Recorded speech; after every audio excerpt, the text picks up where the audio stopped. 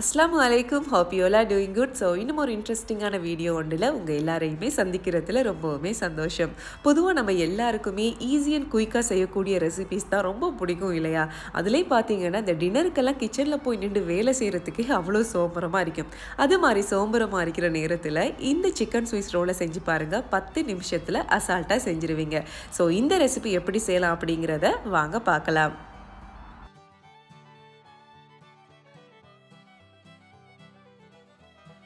முதல்ல chicken Swiss role செய்கிறதுக்கு என்னெல்லாம் தேவை அப்படிங்கிறத பார்த்துடலாம். 2 பெரிய சைஸ் உருளைக்கிழங்க சின்னதாக கட் பண்ணி உப்பு மஞ்சள் தூள் போட்டு வேக வச்சு எடுத்துருக்கிறேன். அதே மாதிரி மீடியம் சைஸ் உள்ள 2 வெங்காயத்தை குட்டி குட்டியாக கட் பண்ணி எடுத்துக்கொள்ளுங்க. அதிலே முக்கியமாக இது மாதிரி நல்லாவே தின்னாக கட் பண்ணிங்க அப்படின்னா தான் ரோல் செய்யும்போது எந்த ஒரு குளறுபடியும் இல்லாமல் அழகான ஷேப்பில் செய்யக்கூடியதாக இருக்கும். அண்ட் ஒரு 150 கிராம் சிக்கனை மஞ்சள் உப்புத்தூள் போட்டு வேக வச்சு முக்கியமாக இது மாதிரி பிளெண்டரில் லேசாக பல்ஸ் பண்ணி எடுத்துக்கொள்ளுங்க. பல்ஸ் பண்ணும்போது பார்த்தீங்கன்னா சின்ன சின்ன துண்டுகளாக கிடைக்கும். ஸோ நமக்கு ரோல் செய்கிற நேரம் எந்த ஒரு கஷ்டமும் இல்லாமல் ஈஸியாக செய்யக்கூடியதாக இருக்கும். அடுத்ததாக இந்த கறி எப்படி செய்யலாம் அப்படிங்கிறத பார்த்துடலாம். சட்டி சூடாகினதும் 1 டேபிள் ஸ்பூன் அளவுக்கு ஆயில் சேர்த்து கொள்ளுங்க. நீங்கள் எந்த அளவுக்கு கறி செய்ய போகிறீங்களோ அந்த அளவுக்கு ஆயில் சேர்த்தாலே போதும். ஆயில் லேசாக சூடாக்கிட்டு வரும்போது வெட்டி வச்சிருக்கிற எல்லா வெங்காயத்தையுமே சேர்த்து இது மாதிரி வதக்கி எடுத்துக்கொள்ளுங்க. ரொம்ப ஃப்ரை பண்ண மாதிரி வெங்காயத்தை எடுக்கணும் அப்படின்னு அவசியமே இல்லை. லேசாக கலர் மாறும் போது நம்ம எடுத்திருக்கிற சிக்கன் எல்லாத்தையுமே இது கூட சேர்த்துக்கலாம்.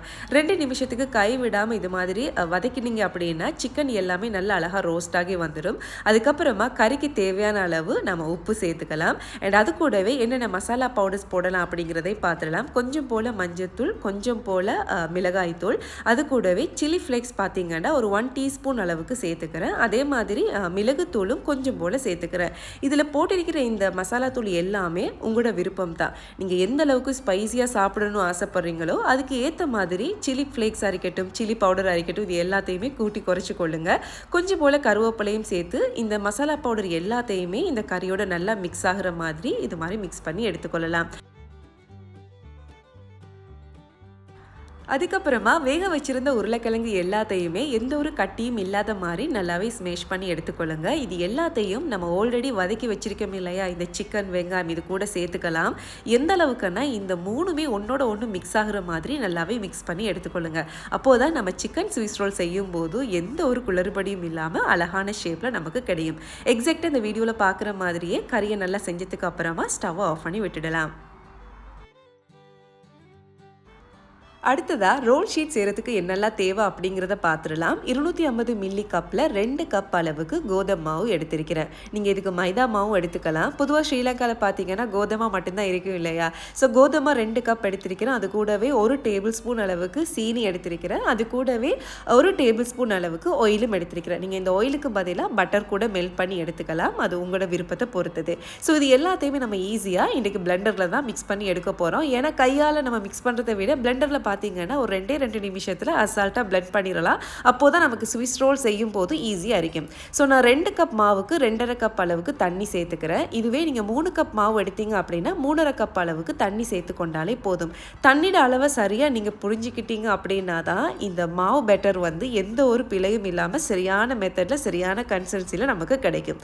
ஸோ அது கூடவே மாவை சேர்த்துக்கொள்ளுங்க. சீனி, ஆயில் இது எல்லாத்தையுமே சேர்த்ததுக்கு அப்புறமா தேவையான அளவு உப்பு, நான் ஒரு 1/2 டீஸ்பூன் அளவுக்கு உப்பும் சேர்த்து இது எல்லாத்தையுமே நல்லா பிளெண்ட் பண்ணிட்டு வந்துடுறேன். பிளெண்ட் பண்ணின மாவை இது மாதிரி ஸ்ட்ரைனர் வச்சு வடித்து எடுத்துக்கொள்ளுங்க. கட்டாயமாக பிளெண்டரில் தான் மாவை மிக்ஸ் பண்ணணும் அப்படின்னு அவசியமே இல்லை. ஒரு விஸ்க் இருந்தால் 2 நிமிஷத்துக்கு கை விடாமல் பீட் பண்ணிட்டீங்கன்னா கட்டி இல்லாத மாதிரி உங்களுக்கு மாவை மிக்ஸ் பண்ணி எடுக்கக்கூடியதாக இருக்கும். உங்களுக்கு குயிக்காக டின்னர் செய்யணும்னா பிளெண்டரை யூஸ் பண்ணிக்கொள்ளுங்க. இப்போ மாவோட பதம் பார்த்தீங்கன்னா ரொம்ப தண்ணித்தன்மையும் இல்லாமல் கட்டித்தன்மையும் இல்லாமல் வீடியோவில் பார்க்குற மாதிரி இடைப்பட்ட பதத்தில் இருந்தால் நமக்கு ஈஸியாகவே இந்த ஷீட்டை வந்து செய்யக்கூடியதாக இருக்கும். அடுத்ததாக இந்த ஷீட் எப்படி செய்யலாம் அப்படிங்கிறத வாங்க பார்த்துடலாம்.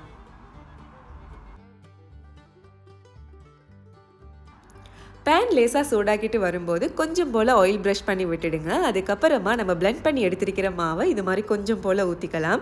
ரொம்ப அதிகமாக மாவு சேர்க்கணும் அப்படின்னு அவசியம் இல்லை. நீங்கள் தோசை கரண்டியால் மாவை ஊற்றி லேசாக பேனை ரொட்டேட் பண்ணிங்க அப்படின்னா அழகான வட்ட வடிவ ஷீட்டில் நமக்கு கிடைக்கும். ரொம்ப அதிகமாக மாவு சேர்த்துட்டிங்கன்னா நம்ம செய்ய போகிற சிக்கன் ஸ்விஸ் ரோல் ரொம்ப தடிப்பமாக நமக்கு கிடைச்சிரும். ஸோ முடிஞ்ச வரைக்கும் நல்ல தின்னான ஷீட்டாகவே செய்ய பாருங்கள். அதுக்கப்புறமா மீடியம் ஃப்ளேமில் இந்த ஷீட்டை வந்து நல்லாவே வேக வச்சு எடுத்துக்கொள்ளலாம்.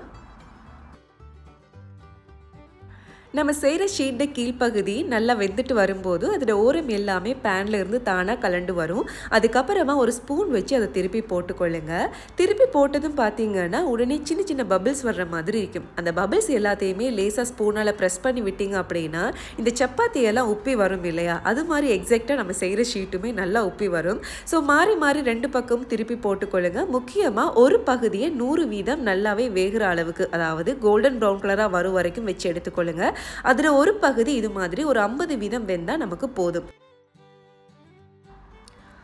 அதே மெத்தடில் நம்ம செஞ்சுருந்த மாவு எல்லாத்துலேயுமே ஷீட் செஞ்சு எடுத்துக்கலாம். பிகினர்ஸுக்காக இன்னொரு முறை கொஞ்சம் விளக்கமாக சொல்லிடுறேன். நிறைய பேர் கேட்குற டவுட் என்ன அப்படின்னா, இது மாதிரி ஷீட் செய்யும்போது பேனில் ஷீட் ஒட்டுது அப்படின்னு கம்ப்ளைண்ட் பண்ணியிருந்தீங்க. ஸோ நீங்கள் நெக்ஸ்ட் டைம் செய்கிற நேரம் இந்த டிப்ஸை ஃபாலோ பண்ணுங்கள். எப்போவுமே மாவு ஊற்றுற நேரம் ஸ்டவ்வில் இருந்து இது மாதிரி பேனை கையில் தூக்கி பிடிச்சிக்கொள்ளுங்க. அண்ட் அதில் முக்கியமாக நீங்கள் கொஞ்சம் அதிகமாக ஆயில் சேர்த்துட்டிங்க அப்படின்னா இது போல் டிஷ்யூ வச்சு லேசாக தொடச்சி விட்டுடுங்க. நான் உங்களுக்கு சாம்பிளுக்காக வேண்டி கொஞ்சம் அதிகமாக ஆயில் சேர்த்து இது மாதிரி தொடச்சி காட்டிக்கிறேன். முடிஞ்ச வரைக்கும் பேன்ட சூடு 30% இல்லாட்டி 20% இருக்கிற மாதிரி பார்த்துக்கொள்ளுங்க. ஒவ்வொரு முறையும் நீங்கள் மாவு ஊற்றுற நேரம் பேன்ட சூடு தணிஞ்சிட்டு தான் அப்படின்னு ஒருக்கா டபுள் செக் பண்ணிக்கொள்ளுங்க. அதுக்கப்புறமா வளமை மாதிரியே நீங்கள் தோசைக்கெல்லாம் மாவு ஊற்றுற மாதிரி இந்த ஷீட்டுக்குரிய மாவு இது மாதிரி ஊற்றுனதுக்கு அப்புறமா லேசாக 2 தரம் ரொட்டேட் பண்ணி விட்டீங்க அப்படின்னாலே நல்ல தின்னான லேயருக்கு இந்த ஷீட்டை செய்யக்கூடியதாக இருக்கும். கீழ்ப்பகுதி வந்துட்டு வரும்போது ஷீட்டை திருப்பி போட்டுக்கொள்ளுங்க. முக்கியமாக ஒரு பகுதி 100%, அடுத்த பகுதி 50% வேகிற மாதிரி பார்த்துக்கொள்ளுங்க. ஸோ நம்ம செஞ்சிருக்கிற எல்லா மாவுலையும் இதே மெத்தடில் ஷீட்டை செஞ்சு எடுத்துடலாம்.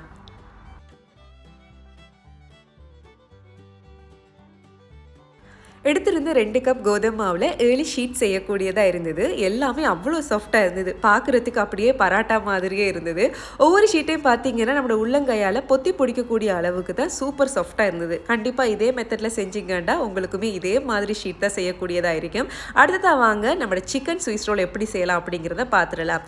நம்ம ஆல்ரெடி செஞ்சிருந்த ஒவ்வொரு ஷீட்லேயும் பார்த்தீங்கன்னா ஒரு பகுதி 100%, அடுத்த பகுதி 50% வேக வச்சு எடுத்து அதில் 100% வெந்த பகுதியை மேலே வர்ற மாதிரி வச்சுக்கொள்ளுங்க. அதுக்கப்புறமா நம்ம செஞ்சிருந்த ஃபில்லிங்ஸில் 2 டேபிள் ஸ்பூன் இது மாதிரி வச்சு நல்லாவே ஒரு தின்னான ஸ்பூனால் நல்லாவே ஸ்ப்ரெட் பண்ணி கொள்ளுங்க. நீங்கள் எந்த அளவுக்கு இந்த ஃபில்லிங்ஸை நல்லாவே தின்னாக ஸ்ப்ரெட் பண்ணுறீங்களோ அந்த அளவுக்கு நம்ம சிக்கன் ஸ்விஸ் ரோலை ரோல் பண்ணும்போது ரொம்ப ஈஸியாகவே இருக்கும்.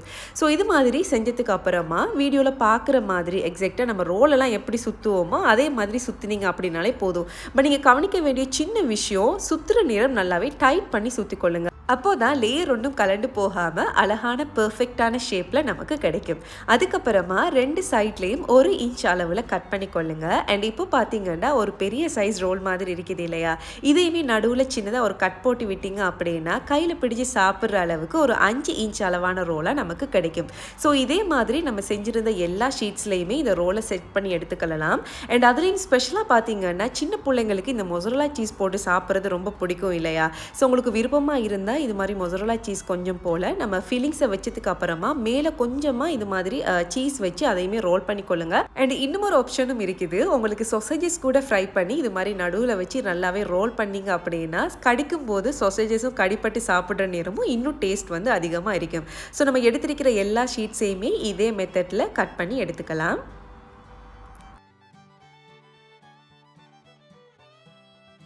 மொத்தமாகவே 14 ரோல்ஸ் செய்யக்கூடியதாக இருந்தது. ஒவ்வொரு ரோல்ஸையும் பார்த்தீங்கன்னா அழகான ஷேப்பில் பெர்ஃபெக்டாக நமக்கு வந்திருக்குது. ஸோ அடுத்ததாக இதை எப்படி ஃப்ரை பண்ணலாம் அப்படிங்கிறத வாங்க பார்த்துடலாம்.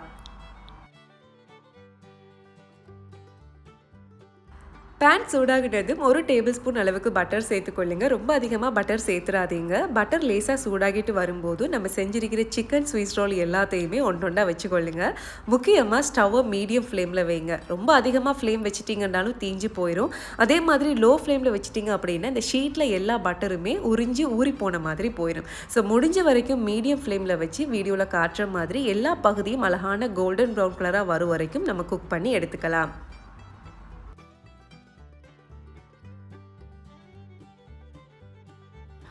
ஸோ இது மாதிரி எல்லாமே அழகான கோல்டன் ப்ரௌன் கலராக வந்ததுக்கு அப்புறமா பேனில் இருந்து எடுத்துக்கொள்ளுங்க. இதே மெத்தடில் நம்ம செஞ்சிருக்கிற எல்லா ஸ்விஸ் ரோலையுமே ஒன்றொண்டா அழகாக குக் பண்ணி எடுத்துடலாம். முக்கியமாக இது டின்னர் ரெசிபி மட்டும் இல்லை, வீட்டுக்கு யாராவது கெஸ்ட் வர்றாங்களா இருந்தால் உங்களுக்கு 10 நிமிஷத்தில் ஏதாவது ஒரு ஸ்நாக்ஸ் வீட்டில் செஞ்சு கொடுக்கணும் அப்படின்னு ஆசைப்பட்டீங்கன்னா கூட இந்த ஈஸியான ரெசிபியை ட்ரை பண்ணுங்கள். வர்ற கெஸ்ட் மறக்கவே முடியாத அளவுக்கு அவ்வளோ சூப்பராக அட்டகாசமாக இருக்கும்.